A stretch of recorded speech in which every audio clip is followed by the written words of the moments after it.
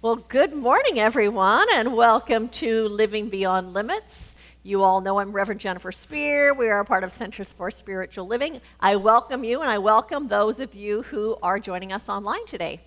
So let's start this service by reading our mission statement that's on the front of your bulletin. We are a sanctuary where people can discover and reveal the presence of God within their own being and experience their oneness with all life. Through the realization of this inner presence of love and peace, we give way to the evolutionary impulse of the divine and become a beneficial presence in the world. So you know what we're really doing here at Living Beyond Limits is we are really coming home to ourselves, coming home to our own spirit, to our own spiritual nature, because when we come home to that, we come to the world differently. When we wake up to the fact that, yes, indeed, the presence of that infinite one, that life of spirit resides within our hearts and within our souls, we come to the world more generous and more caring and more compassionate and more loving. And as we do that, we act as a healing balm in this world that is hungry for that connection and that care. And so I thank every one of you really for answering the call of your own spirit to be bringing your light and your heart and your love, your own divine beingness into this world in a way that is healing and in a way that is beneficial. Thank you for that. Well, in addition to all of the Christmas lights and the Christmas decorations and the Christmas music, it just feels to me like there's something a little bit different in the air this time of year. Do you notice that? When I think that thing that is different in the air is really a sense of an open-heartedness. There's an open-heartedness this time of year that I don't feel when I'm out in the world sometimes at other times of the year.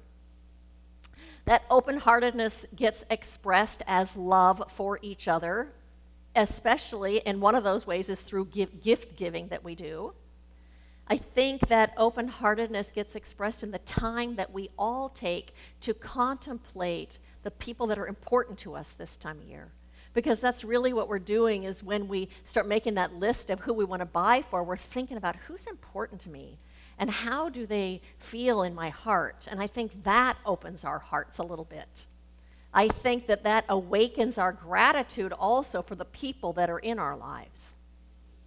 And then we make holiday plans with people whom we love and care for, and that stirs our hearts a little bit. We send cards to people that maybe we haven't seen in a long time, and sending those cards reminds us and reminds them that even though they aren't in close proximity to us anymore, that they still hold a place in our hearts and that they're still important to us, and that stirs our hearts.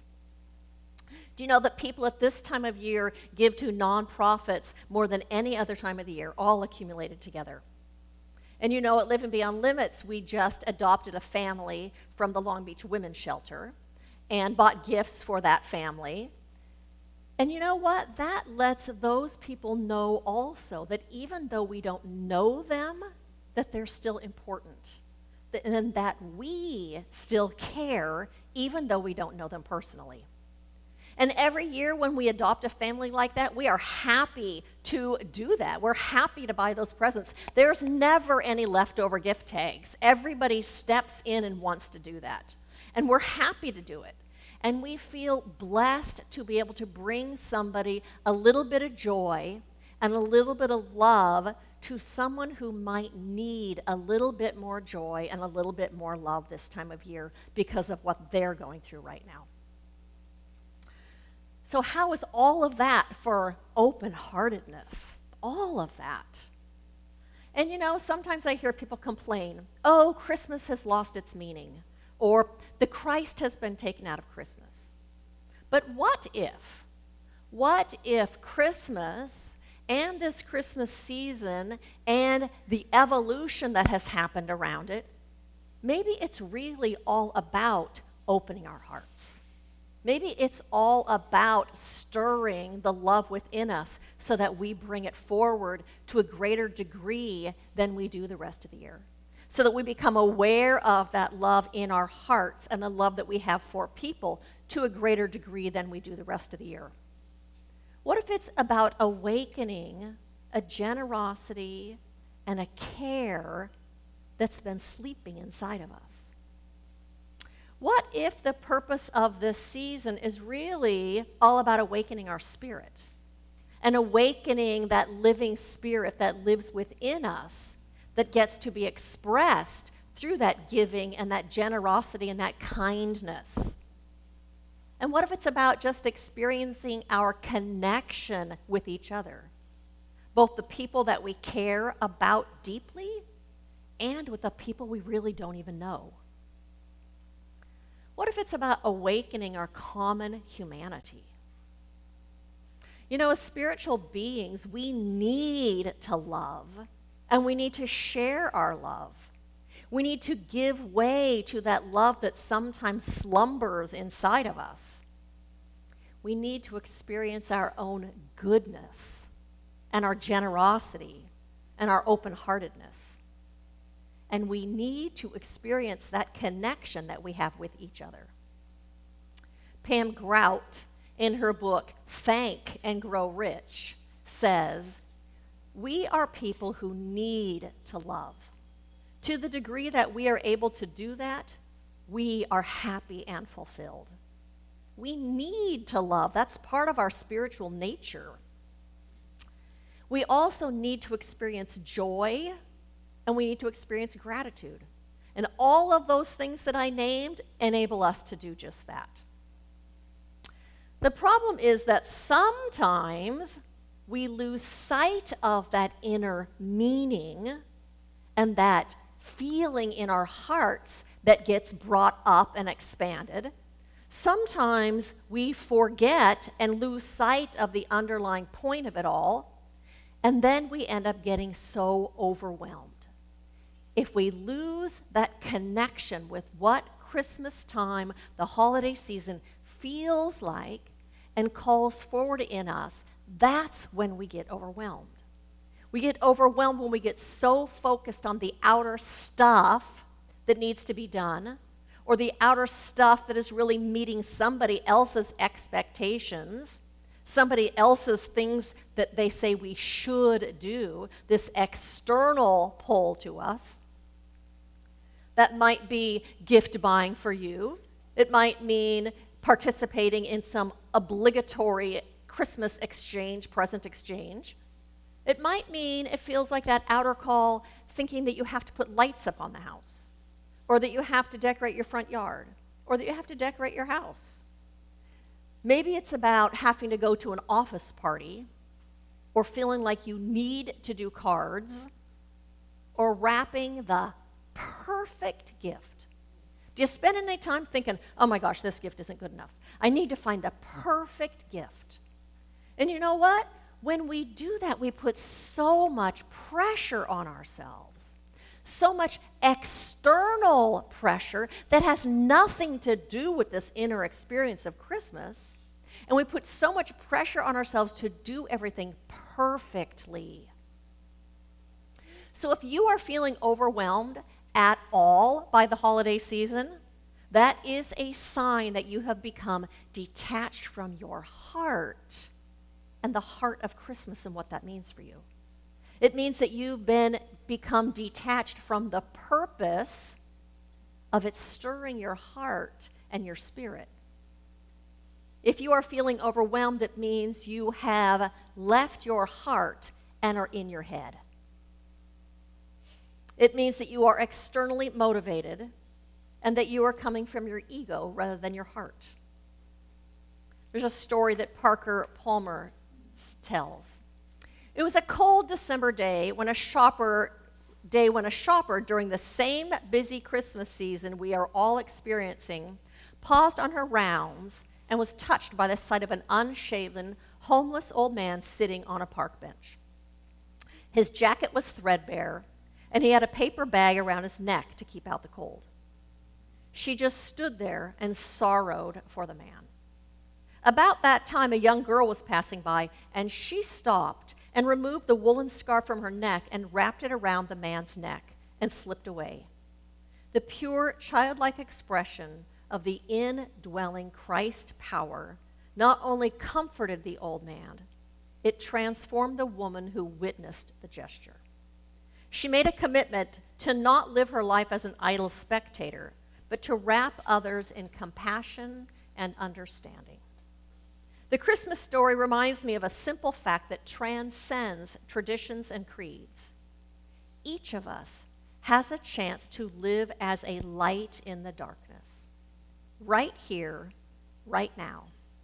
Standing alone, my little light makes little difference to anyone but me and the few whom I might touch. Multiply it by millions who want to take back the night, and we can write a new story for our time. It's been done before, and it can be done again. In that spirit, I wish everyone the blessings of light and to resolve to be the light. You know, it's really all about the love we share. It's all about the love we share. And so the title of my talk today is At the Heart of It All. And I'm talking about at the heart of this season is an invitation from our own spirit and from our own heart to move inward, to connect with our heart, to let this season be about giving way to our heart and our love, to let the season be about that, to let this season be about love and joy and gratitude for each other. Let it be about gratitude for our connections that we have, gratitude for the non-material gifts that we get from the people in our lives. Maybe we should rename this. If we were to rename this from the Christmas season, we could rename it the season of love and gratitude. How would that be? Doesn't that feel good? It's the season of love and gratitude. And so I'm talking about that this season is about love. It's about giving and receiving. It's about cherishing the people that we love. And it's about letting them know how important they are to us. Isn't that what that's all about, really? The gift giving and the wrapping and the cookies and whatever it is that you do? It's really about letting people know how important they are to you and letting them know that you care for them and that you're grateful that they're in your life.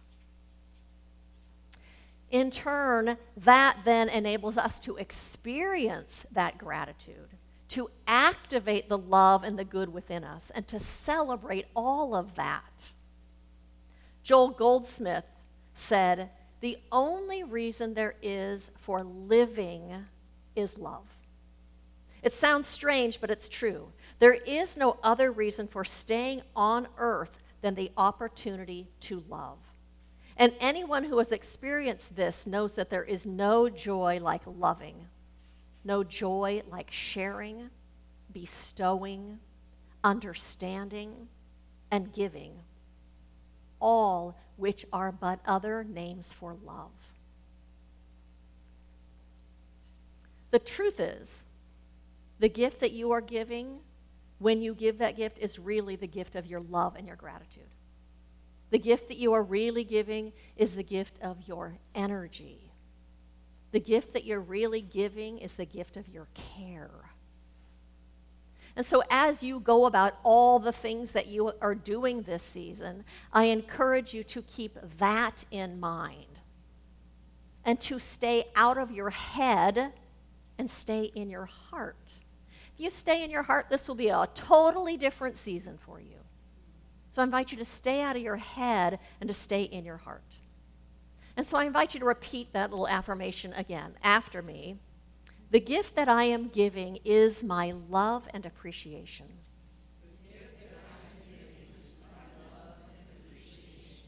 The gift that I'm giving is my energy and my gratitude.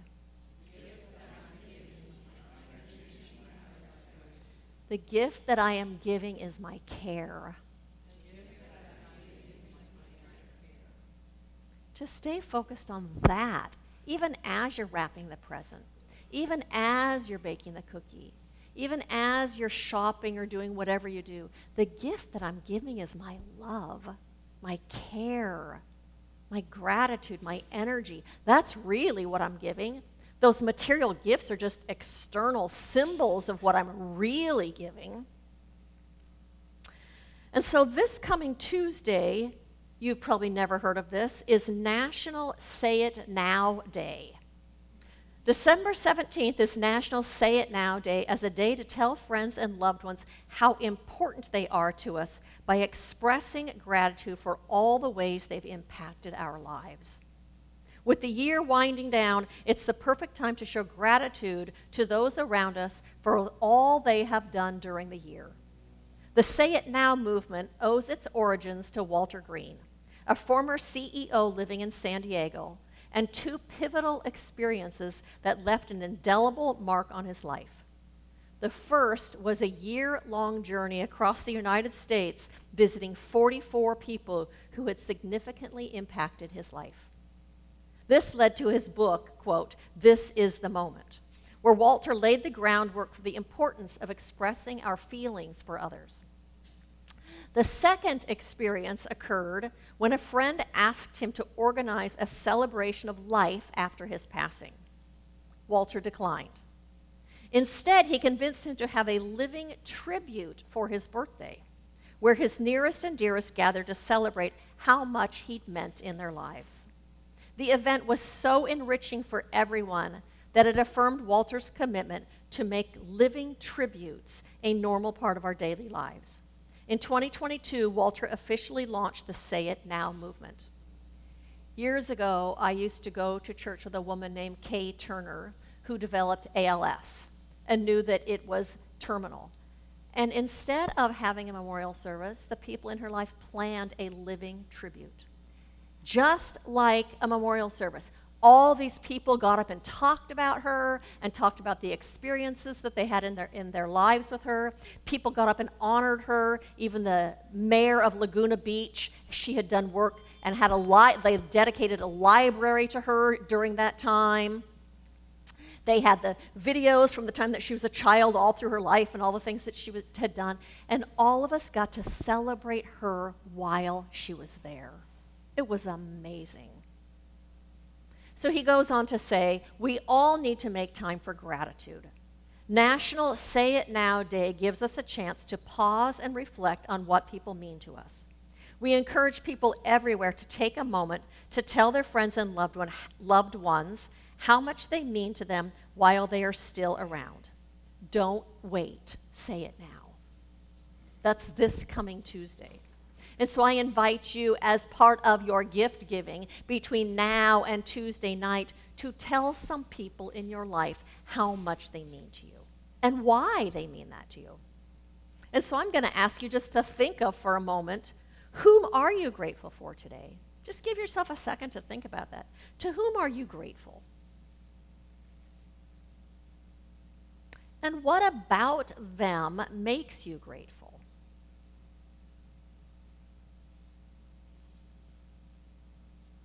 And you can open your eyes. And so I invite you to tell them. That is more meaningful than any material gift that you will give someone. You know, it's kind of like that commercial. A new watch, $200. A heartfelt sharing of your love and your gratitude shared with them, priceless.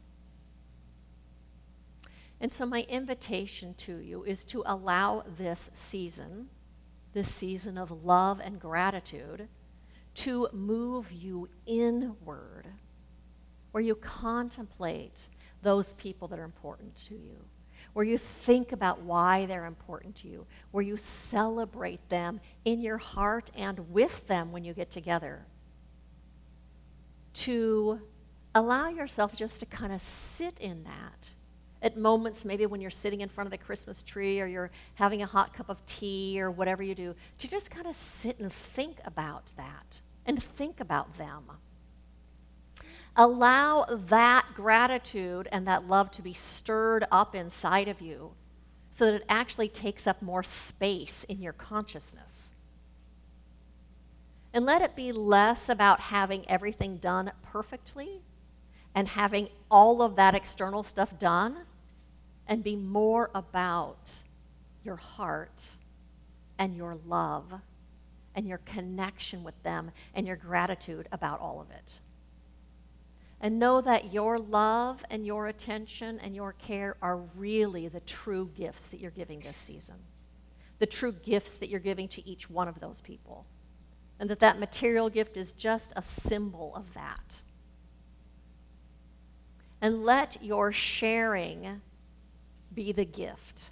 Let your sharing of gratitude be a gift for them, a gift that you give, and at the same time you get to receive. And as a result, you'll be truly honoring the meaning of this season of the heart. And you'll be experiencing something that is rich and meaningful, where you get filled up, where your spirit gets nurtured and fed because of the love that you have recognized and the love that you have shared. And so blessings to each and every one of you.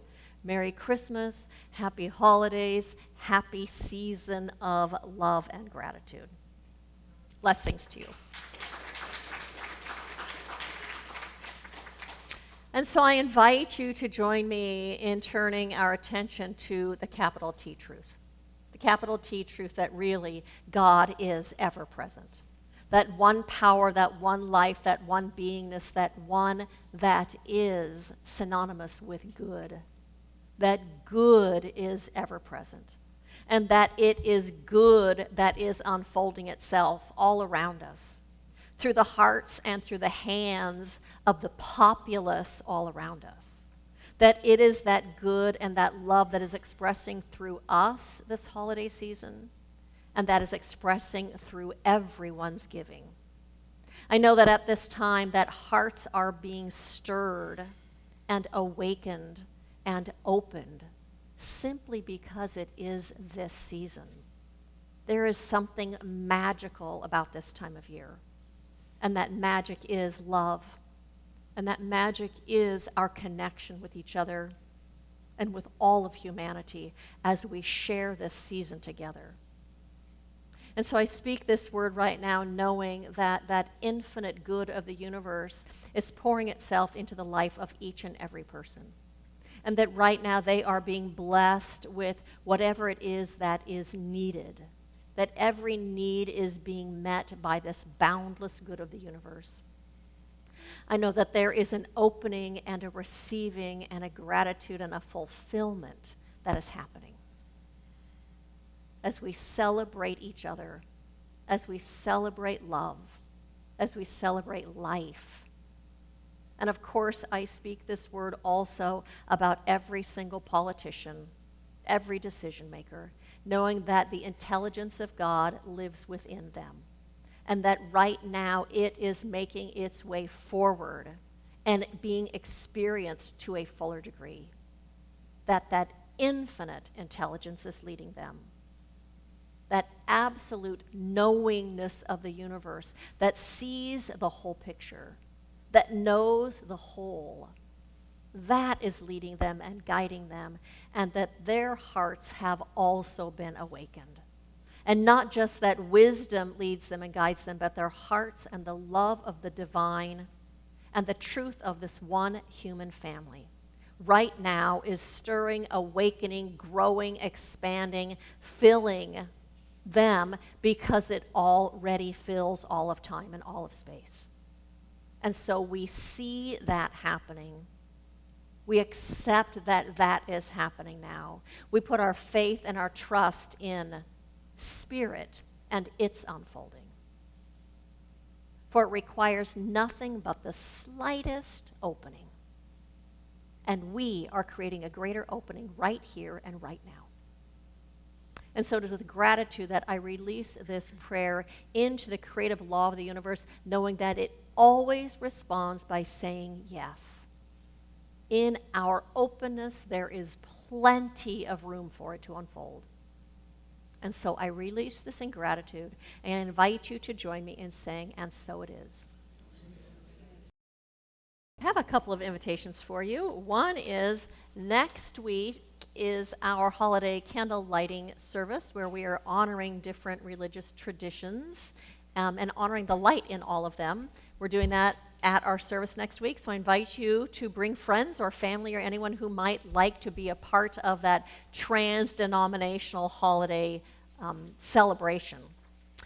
We are not having service the week after Christmas, so we'll be here next week, and then we will not be here the next week. We're going to be dark, so everyone can take a day off and stay home and recuperate from the festivities. The following Tuesday morning, December 31st, we are having a World Peace Meditation service where we join people in consciousness across the planet all over at the same time, which means it's 4 a.m. our time on Zoom to pray for peace, meditate on peace. We'll be holding a service online. So we invite you to join that. You don't even have to leave your house. You can get up and stay in your jammies and just log onto your computer. The passcode and the login information are here, so take this with you or take a picture of it so you have it in your phone and you know where to find it. We didn't even get out of bed last year. We stayed in bed and we watched your service. Oh, nice. Yeah, you can do that too. It was wonderful. You can stay in bed and do it on Zoom. I highly recommend that. it. That's nice. It was fabulous. So January 4th is a Saturday. We are going to have a vision board workshop at the clubhouse at Bixby Village where Sharon and Bruce and Carol Borwick live. There is a sign-up sheet in the back. If you would like to come, please sign up so I know how many supplies to bring. Bring magazines, bring yourself, and if you'd like to bring something to share, we're going to have some food and stuff, I think, before we begin. So if you'd like to bring some finger foods or anything like that also.